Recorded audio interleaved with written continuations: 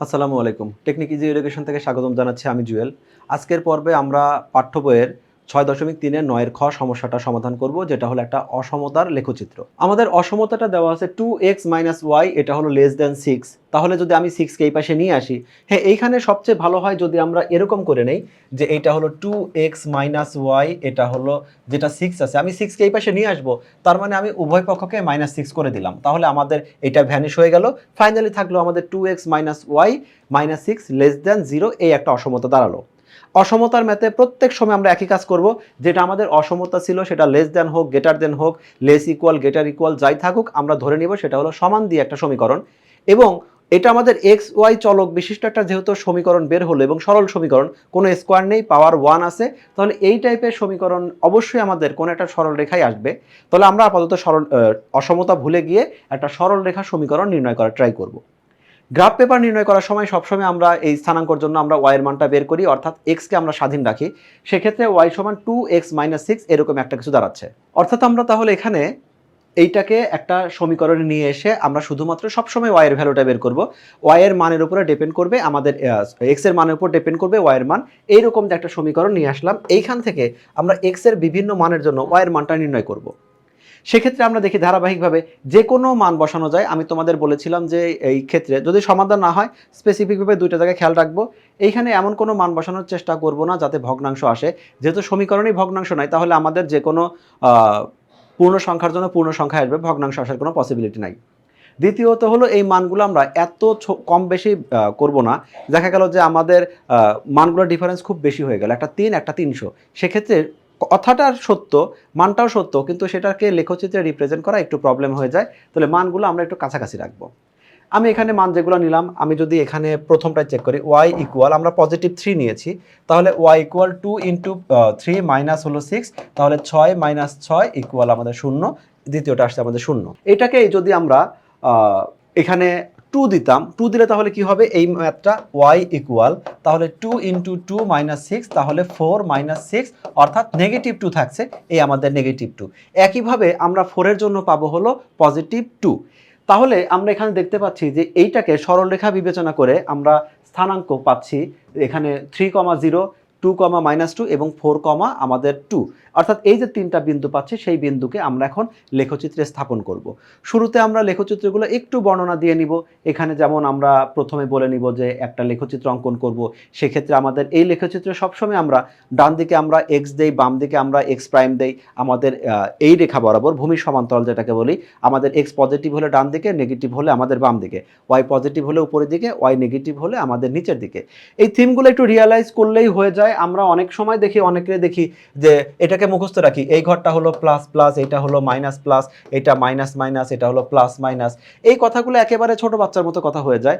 ন্যূনতম কিছু বুঝলেই, একটু রিয়ালাইজ করলে এই প্লাস প্লাস মাইনাস প্লাস এই হিজিবিজিগুলো আর কখনো আমাদের মনে রাখতে হবে না। তাহলে এখানে যে বিন্দুগুলো আছে সেই বিন্দুগুলো আমরা বসাবো। বসালে আমরা যে লেখচিত্রটা পাবো সেটা কিন্তু একটা সরল রেখার লেখচিত্র। এই সমীকরণ থেকে আমরা যে তিনটা বিন্দু পেয়েছিলাম, বিন্দু তিনটে এইটা, আর আমরা লেখচিত্রটা, আমার এখানে লেখচিত্র নেই, আমি একটা প্লেন পেপারে এরকম একটা স্থানাঙ্ক ধরে নিলাম তোমার এটা একটা লেখচিত্র পেপার হবে। তুমি ভূমির সমান্তরাল যেটা আছে, আমরা ডান বাম, বাম ডান যেটাকে বলি, এখানে আমরা দিব হলো এক্স, আর আমরা উপরে নিচে যেটা দেওয়া আছে সেটা আমরা দিব হলো ওয়াই। এবং তোমাদের আগেও বলেছি যে এই ম্যাথগুলোতে আমাদের যেটা করি যে সাধারণত আমাদের ওই এক্সকে আমাদের পজিটিভ, এক্স প্রাইমকে নেগেটিভ। তুমি দেখো ডান পাশে আমাদের ডান হাতে শক্তি বেশি, এজন্য এক্স ডান দিকে পজিটিভ, ওয়াই বাম দিকে, বাম হাতে শক্তি কম, নেগেটিভ। আমরা যেটা বলি সমাজের উপরের লোক, উপরের দিকে পজিটিভ, নিচের দিকে আমাদের নেগেটিভ। যে কোনোভাবে তুমি মনে রাখতে পারো। এখন এই যে বিন্দুগুলো আছে, এই বিন্দুগুলোকে এখন আমরা লেখচিত্রে একটু এক্সপ্রেস করব। তাহলে বিন্দুগুলোকে বসিয়ে পাই। তাহলে এখানে প্রথম বিন্দুটা আছে এক্স এর জন্য পজিটিভ 3, ওয়াই হলো 0। এক্স পজিটিভ 3 মানে এক্স ডান দিকে। তাহলে এখানে আমি ধরলাম এক, বিন্দুগুলো যেটা দিয়ে নেই 1, 2, 3 এইটা, এবং এখানে আমি ফিল আপ করে দিলাম কেন, কারণ ওয়াই এর মানটা 0 মানে ওয়াই উপরেও যাবে না, নিচেও যাবে না। ওয়াই পজিটিভ হলে উপরে যায়, নেগেটিভ হলে নিচে যায়। ওয়াই 0 মানে উপরে নিচে সে কোথাও যাবে না। দ্বিতীয়টা হলো এক্স এর জন্য পজিটিভ 2 কিন্তু ওয়াই এর জন্য নেগেটিভ 2। এক্স এর জন্য আমরা এটাকে 2 ধরেছিলাম, এটা যদি পজিটিভ 2 হয়, নেগেটিভ 2 মানে নিচের দিকে। এক্স পজিটিভ, দেখো এক্স পজিটিভ ডান দিকে, ওয়াই পজিটিভ তাহলে নিচের দিকে, কারণ এক্স বাম আর ডান হয়, ডান হলে পজিটিভ আর বাম হলে আমাদের নেগেটিভ। পরের যেটা পাওয়া গেছে এক্স সমান পজিটিভ 2, ওয়াই সমান পজিটিভ ওয়াই সমান পজিটিভ 2, তাহলে এই যে আমাদের এটা যদি 3 হয়, ধরলাম এটা হলো 4, তাহলে আমাদের 1 2 এইটা হলো তৃতীয় আর একটা বিন্দু, তাহলে এই যে 3টা বিন্দু পাচ্ছি।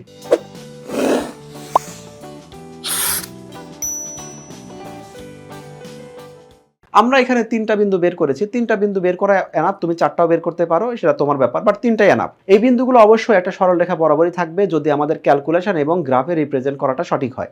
এখানে একটা সরলরেখা পেয়েছি, তার মানে আপাতত সঠিক, এইটা করলাম। এই যে আমরা লেখচিত্রটা বের করলাম, এই লেখচিত্রটা হলো একটা সরলরেখার লেখচিত্র, অর্থাৎ এই যে সরলরেখাটা আসছে না, এই সরলরেখার লেখচিত্র। কিন্তু আমরা কিন্তু এইটা না, মেইন প্রশ্ন ছিল একটা অসমতা, ওই অসমতার লেখচিত্র আমরা এখনো পাই নাই। এখন ওই অসমতাটাকে যদি আমরা এখন অসমতায় চেক করতে দেই, তাহলে আমরা এবার দেখি এই চেকটা আমরা যে কোনো বিন্দুর জন্যই করতে পারি। তোমাদের আগের ক্লাসে বলেছিলাম যে আমরা মূল বিন্দু সাপেক্ষে ক্যালকুলেশন করব, কারণ মূল বিন্দু 0 0 দিয়ে করলে হয় কি ক্যালকুলেশনটা একদম জিরো, মানে ইজি হয়। যেমন এই যে বিন্দুটা আছে, আমি যদি এইটাকেই আমি রেজাল্টটা এখানে লিখি, এখানে জাস্ট রেজাল্টটা লিখছি 2 × 0, আমরা মূল বিন্দু 0, 0 এইটার জন্য যদি চেক করতে চাই, 0, 0 জন্য যদি চেক করতে চাই, তাহলে আমরা একটু ছোট জুম করে দেখি। এই যে অসমতাটা আছে, এইটাকে যদি আমরা মূল বিন্দু সাপেক্ষে আমরা চিন্তা করি, তাহলে 2 × 0, x এর পরিবর্তে 0 বসালে 2 × 0 মানে হলো আমাদের 0, এবং এইখানে আমাদের y এর জন্য 0 দিলে 0, এটা হলো <6, অর্থাৎ 0 <6, এরকম একটা কথা এসে দাঁড়ালো। এই সমীকরণটা তাহলে আমরা কি করলাম, মূল বিন্দুর জন্য আমরা পরীক্ষা করলাম। আমি মূল বিন্দু না করে যদি এইটাকে 2, 1 যে কোনো বিন্দুর জন্য 1 1 2 2 3 2 5 1 -5 +1 যে কোনো বিন্দুর জন্য চেক করতে পারি। সেক্ষেত্রে এই 2 এর সাথে এটা গুণ করো, 1 এর সাথে গুণ করো, যোগ বিয়োগ করো, ভগ্নাংশ থাকলে তো হিসাবটা আরেকটু জটিল হয়। 0 0 দিয়ে চেক করার সুবিধা হলো আমাদের চিন্তা ভাবনা ছাড়াই বলতে পারি 0 যেহেতু গুণ আছে, এখানে সহগ হিসাবে 2 থাক, 1/2 থাক, 3/5 থাক, যাই থাক, রেজাল্ট আমাদের 0 হবে, এক্ষেত্রে আমাদের 0 হবে। তাহলে ফাইনালি পাচ্ছি যে 6 এর থেকে 0 ছোট, এই কথাটা আসলে সত্যি যে আমাদের এই 0 6 এর থেকে ছোট।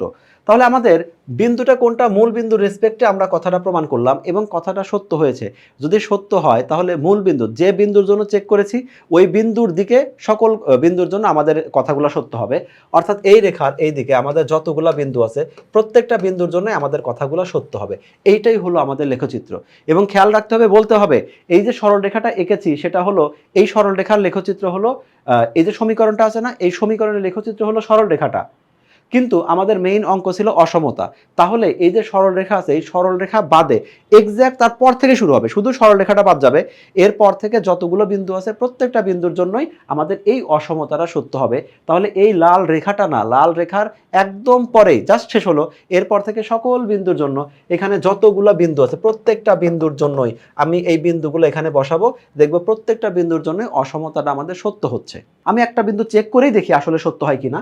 যেমন আমাদের এই বিন্দুটা, এইটা হলো 1 2 3, 0 ছিল, আমি এটাকে 2, 1 ধরে যে এই বিন্দুটা, এইটা যদি 1 আর 2 হয়, আমি জাস্ট এক ঘর উপরে যাচ্ছি, তাহলে 2, 1 এই বিন্দুটা নিয়ে আসলাম, দেখি আসলে সত্য হয় কিনা। তাহলে x এর পরিবর্তে 2 দিব, y এর পরিবর্তে আমি 1 দিব। এই সমীকরণটাকে দেই, আমি x এর পরিবর্তে 2 দিলে কি হবে, 2 × 2 মাইনাস y এর পরিবর্তে দিচ্ছি 1 1, এটা হলো <6, তাহলে দাঁড়াচ্ছে হলো 1 <6। হ্যাঁ, এই কথা আসলেই সত্যি, 1 <6।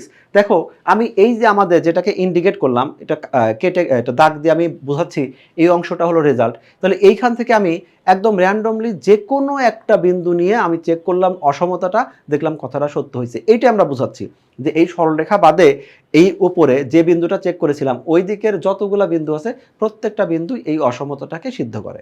তাহলে প্রথমে আমরা এইখান থেকে প্রাপ্ত বিন্দুগুলো এখানে বসিয়ে দিব, বসানোর পরে এই যে সরলরেখাটা পাবো, এই সরলরেখা পাওয়ার পরে তাহলে এই সরলরেখাটা হলো আমাদের যে সরলরেখার সমীকরণ ইকুয়াল যেটা লিখেছিলাম তার একটা বাহ্যিক রূপ, এটা লেখচিত্র রূপ।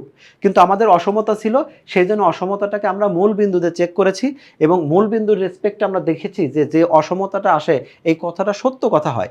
যেহেতু সত্য কথা, তাহলে এ বির ওপরে সকল বিন্দু বাদে তারপরে যার জন্য চেক করেছিলাম, অর্থাৎ মূল বিন্দুর জন্য চেক করেছিলাম, মূল বিন্দুর দিকে যতগুলো বিন্দু আছে প্রত্যেকটা বিন্দুই হলো এই অসমতাকে আমাদের নির্দেশ করে। তো এভাবে আমরা অসমতা যে সমস্যাগুলো আছে সেই সমস্যাগুলো সমাধান করতে পারবো।